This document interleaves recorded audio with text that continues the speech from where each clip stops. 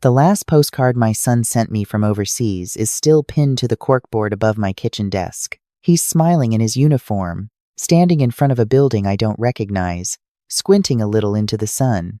I look at that photo every single morning when I pour my coffee, and every single morning, for 18 months. I told myself that the least I could do while he was gone was make sure the people he loved were taken care of. I wish someone had told me that not everyone deserves to be taken care of. My name is Margaret. Most people call me Maggie. I'm 63 years old. I live in Dayton, Ohio.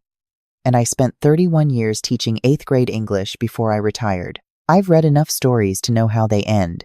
I just never thought I'd be living one. My husband, Gerald, passed 4 years ago. Heart attack. Sudden. On a Tuesday morning in October. One day he was eating oatmeal and complaining about the neighbor's leaf blower. And the next day, I was standing in a hospital hallway, being told he was gone. Grief is a strange thing. It doesn't go away. It just rearranges itself around your life until you forget what the shape of things looked like before it arrived. I learned how to be alone. I learned how to manage the house, the finances, the yard, the silence. I got good at it, eventually. My son is my youngest. He enlisted 7 years ago, something Gerald and I supported even when it scared us half to death. He married his wife 4 years ago, right before Gerald died, actually. They'd been dating about 2 years when he proposed. She seemed sweet when they were dating. Attentive. She always brought something when she came to dinner. A bottle of wine, a dessert, something. Gerald liked her. He told me once, quietly, in the kitchen, while she and my son were watching television in the other room, that he thought she was good for him. I held on to that for a long time after Gerald died. I used it as a reason to trust her, even when small things gave me pause. When my son got his deployment orders last spring, 18 months stationed in Germany, he sat across from me at my kitchen table and held both my hands like he used to do when he was small and had done something wrong. He said he was worried about leaving his wife alone. She didn't have family nearby. Her parents were in Florida, and she didn't get along with them well. Her friends were around, but she wasn't close to any of them, the way you need to be close to someone when your husband is thousands of miles away. He asked me if I would look out for her. Of course I said yes. He's my son. We came up with a practical arrangement. My daughter-in-law would have access to a secondary checking account. I kept an account I used for household overflow, unexpected expenses, that kind of thing. I kept a few $1,000s in it at a time, replenishing it when the balance dropped. The idea was simple. If something came up, a car repair, a medical bill, something urgent that couldn't wait for my son's next allotment to process, she could use that account. I set her up as an authorized user on the account. I showed her how to access it online. I told her it was for emergencies only, and she nodded and said, "Of course, Mom. I would never take advantage of that." She called me Mom. That should tell you something. For the first 3 months, I barely noticed any charges that concerned me. There was a car registration renewal, a pharmacy charge, one charge from a grocery store that was higher than I expected, but I assumed she'd stocked up. I was monitoring the account. I want to be very clear about this, because I know what some people think when they hear a story like this. I checked that account every week. Every Sunday morning, right after my coffee, I would log in and scroll through the transactions. I'm not careless with money. Gerald and I built what we have carefully, over decades, and I'm not the kind of person who doesn't pay attention. The reason I didn't catch it sooner is because my daughter-in-law was smart about it. She didn't make one big purchase that would have set off alarms immediately. She made small ones, gradually, and she mixed them in with legitimate charges so that the account never looked obviously wrong. A charge here from a department store she needed work clothes, she'd mentioned. A charge there from a restaurant she'd said she had dinner with a friend. Nothing alarming about that. Over time, the individual charges seemed reasonable. It was only when I started adding them up in a spreadsheet, something I started doing in month 4 when Gerald's voice in my head said, "Maggie, look closer," that I realized the total was deeply wrong. In 4 months, she had spent just over $6,000 from that account. On what? I didn't fully know yet. But I knew it wasn't emergencies. I didn't say anything immediately. I know people wonder about that too. Why didn't you just confront her? Because I'm 63 years old and I've been a teacher and a mother and a wife, and I have learned that if you want to understand something fully, you wait. You gather information before you make your move. And I was also, if I'm being honest, hoping I was wrong. I was hoping there was an explanation I hadn't thought of, because the alternative that this young woman my son loved was draining an account he thought was there for her protection while he was serving overseas was something I wasn't ready to accept quite yet, so I kept watching. And what I found over the next few weeks made my chest tighten in a way that had nothing to do with my age. The clothing charges were not for work clothes. I found the store online. It was a boutique, the kind of place that sells things by the piece, not the set. And the pieces start at $150. There were 4 charges from that store over 3 months. The restaurant charges were not casual dinners with a friend. I recognized one of the restaurant names. It had been mentioned in a local article about the best upscale dining in our region. The charges were in the range of $200 or more each time. Not the kind of dinner you have on a Tuesday when your husband is deployed and you're supposedly saving money.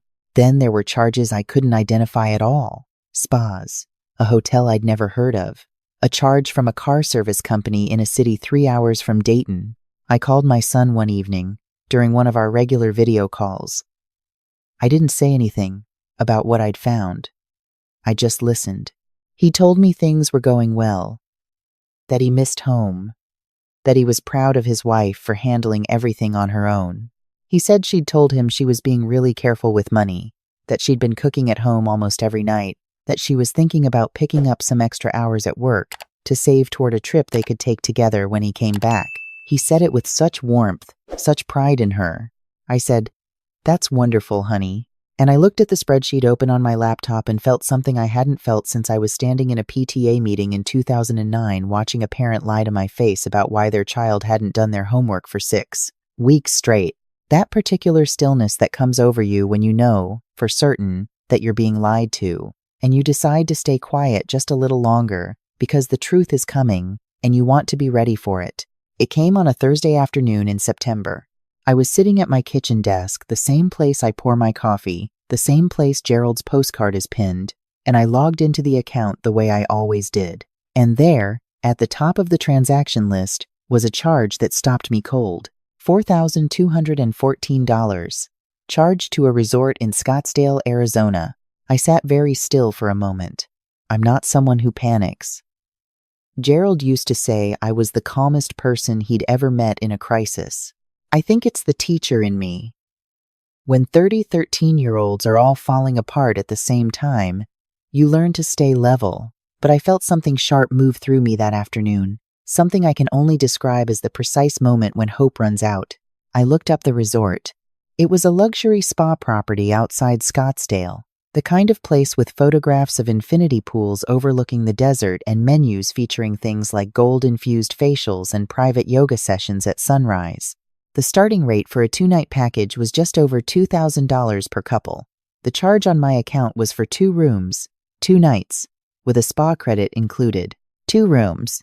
My daughter-in-law was not in Scottsdale alone. I checked my son's last message to me. He'd written 2 days earlier, casually, that his wife had mentioned she was having a quiet weekend at home, catching up on laundry and some shows she'd been meaning to watch. Nothing going on. Quiet weekend at home. I want you to understand something about what I felt in that moment. Because I think people sometimes assume that when you discover a betrayal, the first emotion is anger. It wasn't anger. Not at first. It was something quieter and sadder than that. It was grief, actually. A small, recognizable grief, the same shape as the one I'd been living with since Gerald died, just newer. The grief of realizing that someone you had extended your trust, and your kindness, and your home, and your heart to, had looked at all of that and decided it was something to use. I took a breath. I picked up my phone, and I called the bank. Now, I want to explain this part carefully, because when I tell this story, people sometimes ask how it's possible. I was the primary account holder. She was an authorized user, meaning she had access to the account, but the account belonged to me. The charge had been posted, but the resort, I discovered when I looked at their cancellation policy online, had a 48-hour cancellation window. The charge had been posted that morning. I told the bank representative what I wanted to do. She walked me through it. She was patient and thorough, and when I explained the situation briefly, that I was the account holder, that I had not authorized a charge of this amount, that I believed the authorized user on my account had exceeded the terms of their access, she told me my options clearly. I could initiate a dispute on the charge and have the account flagged pending investigation. In the meantime, I could remove the authorized user from the account entirely, which would invalidate any further use of the associated account credentials. I asked how quickly that would take effect. She said it would be immediate. I said, please go ahead. There was something very quiet and very final about that moment. The representative asked if I was sure. I looked at Gerald's postcard. I looked at my spreadsheet with 6 months of charges totaling just over $10,000. I thought about my son standing in front of a building I didn't recognize, smiling into the sun, believing his wife was home, saving money and waiting for him. I said yes. I was sure. I want to tell you that I felt triumphant in that moment. I didn't. I felt tired. I felt like a woman who had loved someone she shouldn't have trusted and was now doing the hard, necessary thing of protecting what was hers, and by extension, protecting her son. It wasn't satisfaction. It was more like closing a door you wish you'd never had to open in the first place. My phone rang 40 minutes later. I knew who it would be before I even looked at the screen. I let it ring twice. I picked up. My daughter-in-law's voice was tight in a way I'd never heard it before. Not the smooth, warm tone she used when she called me Mom and brought wine to dinner and told Gerald what good taste he had in bourbon. This was a different voice. Clipped, high at the edges. The voice of someone who has just found out that the floor they were standing on was not solid ground. She said there was a problem with the account. She said she'd tried to use the card and it had been declined. She said it was embarrassing. She was at a resort check-in. Her friends were with her. Could I please look into it? I let a moment pass before I answered. An old teacher's habit. I said, I know where you are. Silence. I told her I had logged into the account that morning and seen the charge. I told her I had called the bank and had the account closed to her access. I told her I had been tracking the charges for the past several months and had a very clear picture of how that account had been used. And then I said the thing I had been turning over in my mind since that afternoon at my desk, the thing I needed her to hear clearly and without any softness wrapped around it. I said, my son thinks you're at home this weekend. He told me so 2 days ago, because you told him so. The silence on the other end of the line was a different kind than before. It had weight to it. She started to speak. She said something about a last-minute thing. A friend had surprised her. She was going to tell him. She said the money was always going to be paid back. She said she didn't think I was checking the account that closely. That last one I didn't think you were checking that closely landed in a particular way. It told me everything I needed to know about how she had framed this to herself. Not as a betrayal, as an oversight on my part, I said, I have always checked that account closely. I am careful with what Gerald and I built, and I want you to listen to me very carefully right now. I told her the account was closed to her. I told her the total I had calculated over 6 months. I told her that I was not going to hide this from my son. I told her that when she got back from her weekend, however, she chose to pay for it now. She and I needed to sit down and have an honest conversation, and then she needed to have an honest conversation with her husband. She said, you don't have to tell him everything. I said, what I have to do and what I'm going to do are the same thing. I hung up. I sat at my kitchen desk for a long time after that. The afternoon light came through the window above the sink the way it always does in September in Ohio, soft and sideways, catching the dust in the air. I looked at Gerald's postcard. I thought about how he used to say that the truth is the only thing that ages well. He was right about most things. I called my son 2 days later. I had spent those 2 days thinking carefully about how to tell him. He's a grown man. and he's a soldier, and he can handle hard truths, but he's also my youngest. And there's a part of every mother that wants to absorb the blow before it reaches her child.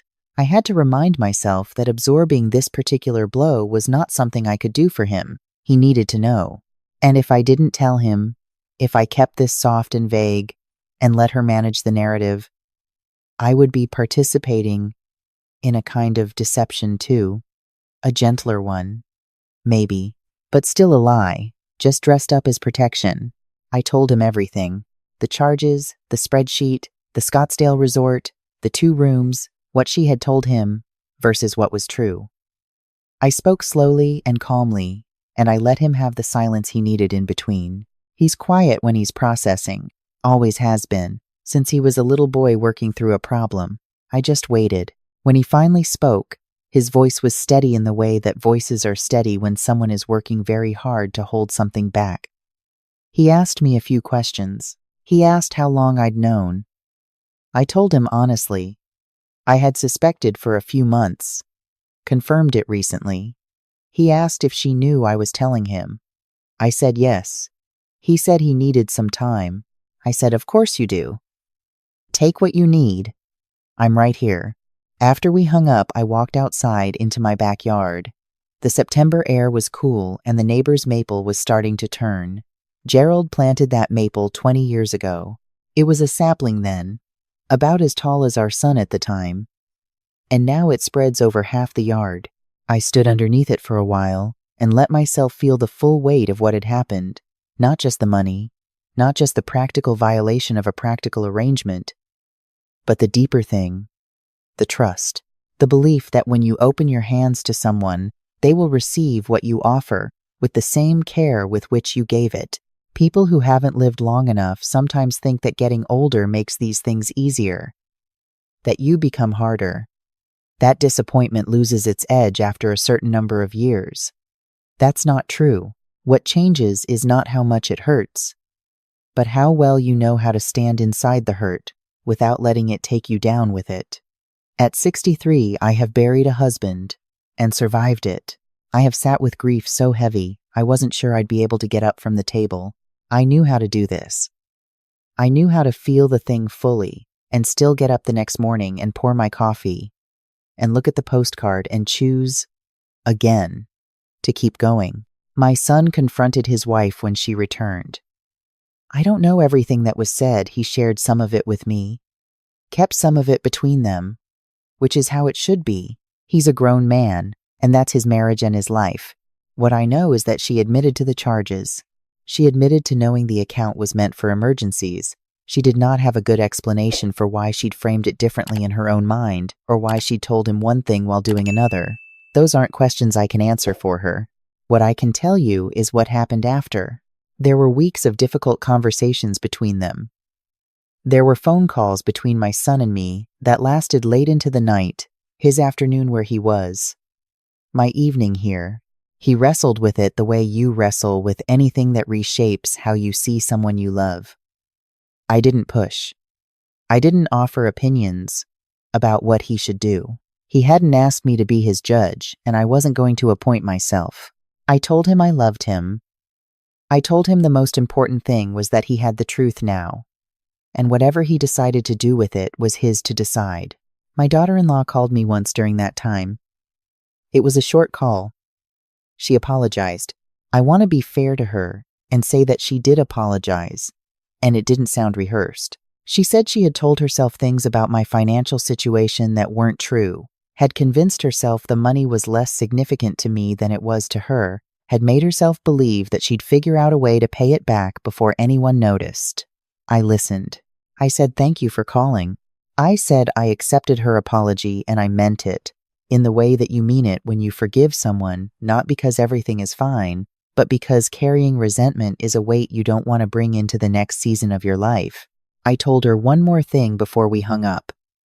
I said, the account was there because my son loves you and wanted you protected while he was gone. That's what it meant. Not a resource. Protection. I heard her breath catch a little. I didn't say it to wound her. I said it because I think she needed to hear it said plainly, without any anger in it.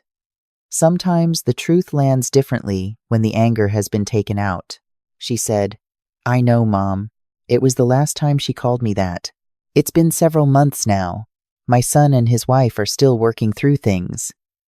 Counseling, slow conversations, the hard work of rebuilding something that's been cracked. I don't know how it will turn out. Marriages are their own private country, and no one sees the interior from the outside, not even mothers. What I know is that my son is still standing, still himself. That matters to me most. The account is mine again, clean and simple. I use it for what it was always meant for. Last month, I had a plumber out for a leaky pipe under the kitchen sink. I paid for it without ceremony and logged it in my records and moved on with my day. I still check the account every Sunday morning. Right after my coffee. Old habits from a woman who pays attention. The other evening, I sat at my kitchen desk longer than usual. The light had gone, and I hadn't turned on the lamp yet, and I was just sitting in the dimness looking at Gerald's postcard. He's smiling in the photo in that unguarded way he had, the way that made you feel like you were seeing something true about a person. I thought about what he would have said about all of this.